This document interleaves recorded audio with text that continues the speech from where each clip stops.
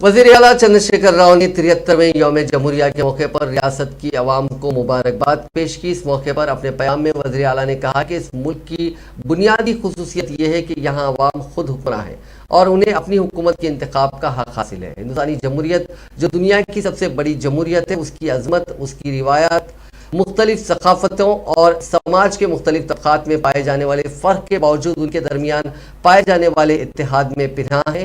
तनू में इत्तेहाद आलमगीर इंसानी फ़लसफ़े की आमद है। ये हमारे लिए एक फ़ख्र का लम्हा है कि हम अपने मुल्क की एक हकीकी विफाकी जमहूरिया के तौर पर शिनाख्त को बरकरार रख पाए हैं, जो मुख्तलिफ ज़बानों, खित्तों, मज़ाहिब और इलाक़ाई खुसूसियत का गहवारा है और ये मुल्क के अवाम के सियासी विजन का जिंदा सबूत भी है।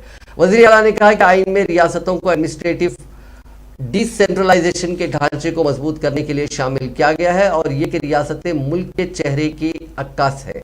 वज़ीर आला ने मजीद कहा कि रियासतों के हुकूक का सही तौर पर तहफ़्फ़ुज़ करने से ही हमारे मुल्क की बहैसियत जमहूरियत पूरी दुनिया में शनाख्त बरकरार रह पाएगी। उन्होंने कहा कि तेलंगाना रियासत, जो कि मुल्क की एक नौ तश्कील शुदा रियासत है, रोज़े अव्वल से ही हकीकी विफाकी जज्बे का मुजाहरा करती आ रही है। उन्होंने कहा कि मुल्क के आइन के ऐन मुताबिक तेलंगाना रियासत ने जिस तरह से सियासी बसीरत का मुजाहरा किया है, वो दीगर रियासतों के लिए एक रोल मॉडल है।